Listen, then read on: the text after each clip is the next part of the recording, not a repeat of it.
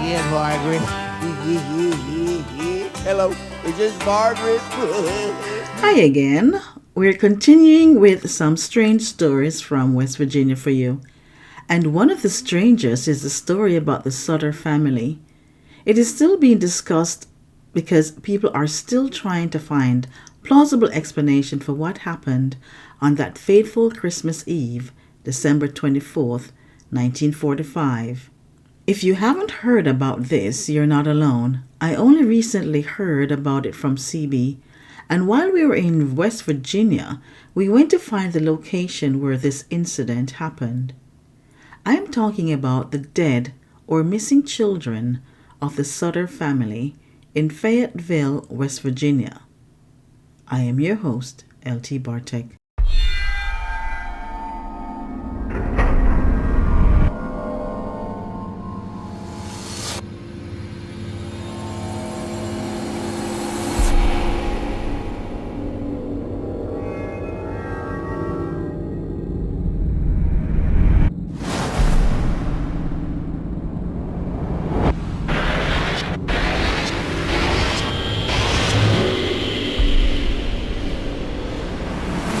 We found the property, but today there is a house belonging to another family on it.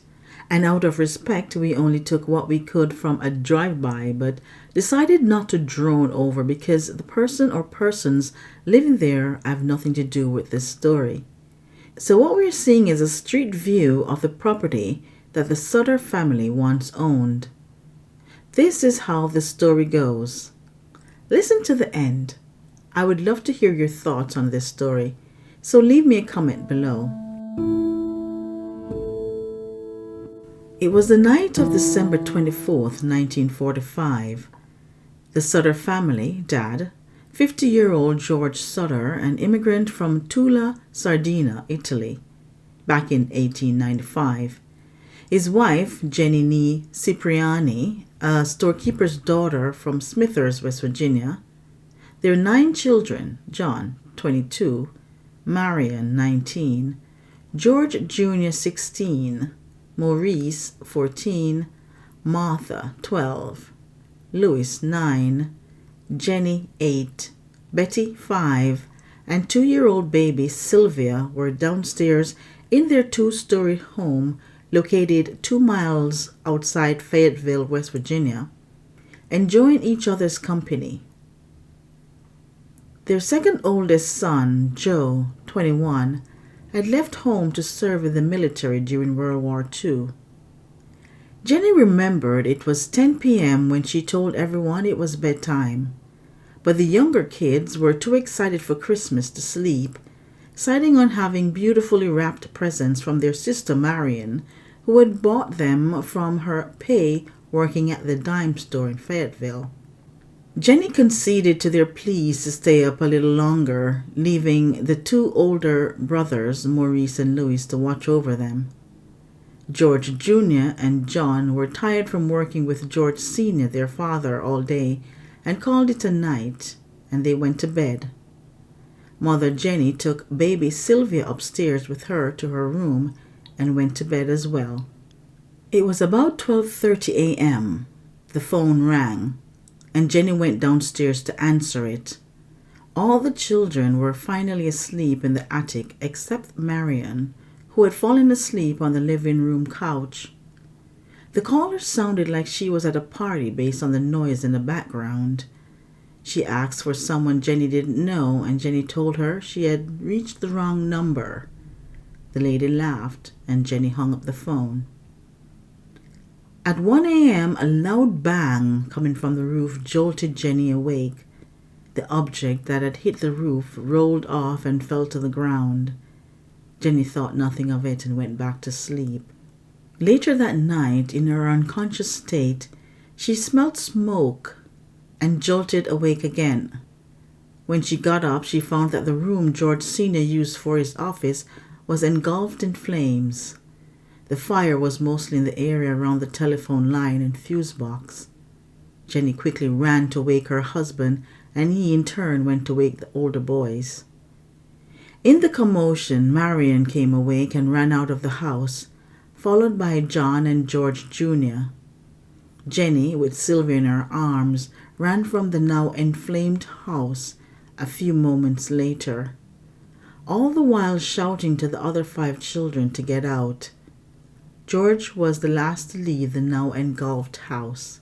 But as soon as George saw that the rest of the children did not follow him out, he tried to get back into the house, but by now the stairs were ablaze, and he could not get by. He ran to where he always kept his ladder, but it was not there. Later they found it some feet away, tossed in the bushes. Jenny tried to make a call from the part of the house that was still untouched, but there was no dial tone. She handed Sylvia to one of the other kids and ran to the neighbor's house to call the fire department. But their phone, too, was not working. George, now frantic, thought to get his 2 work trucks to the side of the building where he could climb and get his kids, but neither of the 2 trucks would start, even though they had no mechanical issues all day. A barrel of water kept by the house was frozen over, which might have helped to extinguish some of the fire. Nothing seemed to be going right. They called out to the 5 children left in the house, but there was no sign of them, and they could not save them.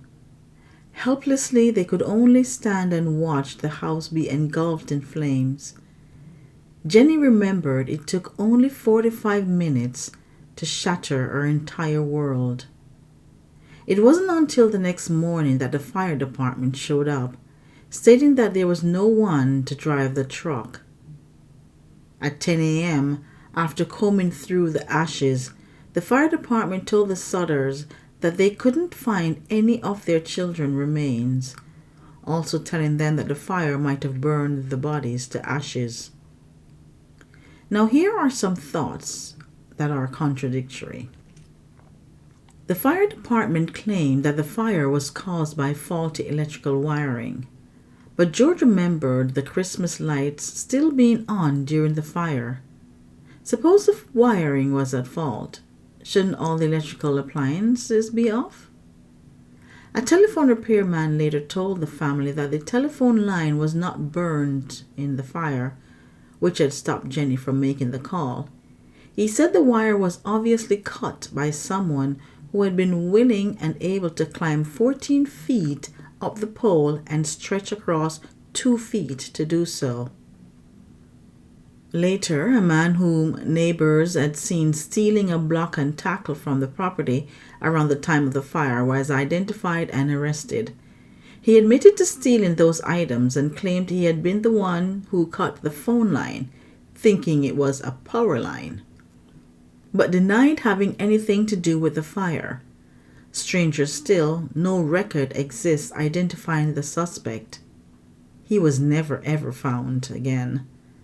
And it is being questioned why he would want to cut the utility line if he was only there to steal a block and tackle. The fire department had also tried to convince the family that there were no remains of the children because the fire had consumed them. But Jenny did not take that reasoning. She experimented with animal bones and found that even at higher temperatures, the bones did not turn to ashes. Furthermore, an employee at the local crematorium told her that human bones remain even after bodies are burnt at 2,000 degrees Fahrenheit for 2 hours, which was far longer and hotter than the fire that night. Another lingering question: why couldn't any of the 2 trucks start that night? Did the man who stole the block and tackle tamper with it? Or was it someone else? We will never know because, again, that man could not be found.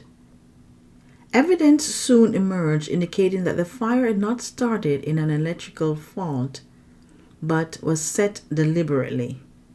A bus driver who had passed through Fayetteville around the time of the fire on that Christmas Eve said he had seen some people throwing balls of fire at the house.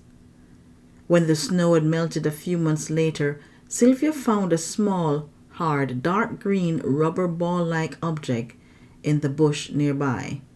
That might have been the loud thud that Jenny had heard that night. Also suspicious is that local coroner, who had convened an inquest the next day. He was firm that the fire was an accident caused by faulty wiring. Among the jurors was a man who had threatened George that his house would be burnt down and his children destroyed in retribution for his anti-Mussolini remarks. Over the following years, people have come forward with news of sighting the Sodder children all over the country. But after investigating, they all proved to be not true or questionable. Another theory was that the Sicilian mafia was trying to extort money from George, and the children might have been taken by someone who knew about the planned arson and had taken them away to save them, telling them that they would be safe if they left the house. The thought is that they were possibly taken to Italy. If the children had survived all those years and were aware that their parents and siblings had not died in the fire, the family believed they might have avoided getting in contact with them in order to keep them safe. Here is more on many. In 1967, a letter arrived at the Sodder residence with a picture of a man. It was posted in Central City, Kentucky, with no return address. Inside the envelope was a picture of a man who looked like their son Louis. On the back of the picture were written the words, "Louis Sodder, I love brother Frankie, L. Boys, A90132 or 35. The picture of the man was of the age Louis would have been if he was alive. The family immediately hired a private detective to investigate this. He promptly went to Central City to find this man, but he was never heard from again. What really happened that night to the Sodder family? To date, no one has come forward with any facts, just a lot of plausible. As the family searched for the missing children, they had flyers made and posted everywhere and even offered a $5,000 reward for any information about their missing children. But still, no answer. It is hard for the residents of Fayetteville to let this one go, and people have remained curious to find out what happened and why. One of the popular reasons was that George, living in a predominantly Italian district in West Virginia, was a strong-willed, opinionated man who did not hesitate to express his opinion to all who would listen. This sometimes alienated the people around him. He was unafraid to state his opinion of the former Italian dictator Benito Mussolini, which led to some strong arguments with other immigrant community members. His beliefs, people are saying, were the main reason why the family was targeted and attacked. But again, we will never know for sure. The Sodders never rebuilt the house, instead converting the site into a memorial garden for the lost children. They even had a billboard made in 1952 and posted by the property, and another one posted by Route 60 near Ansted. Today, that area is now Route 16. By now, there are no original members of the family alive. All that remains are children of the Sodders' children. This was a sad and strange one indeed. Anyway, I hope this was an interesting story for you as it was for me. If it was, give it a like and subscribe if you haven't done so as yet. And comment below and tell me what you think of this story. Remember to love yourself and others, and I'll catch up with you on the next one. Love you. Bye.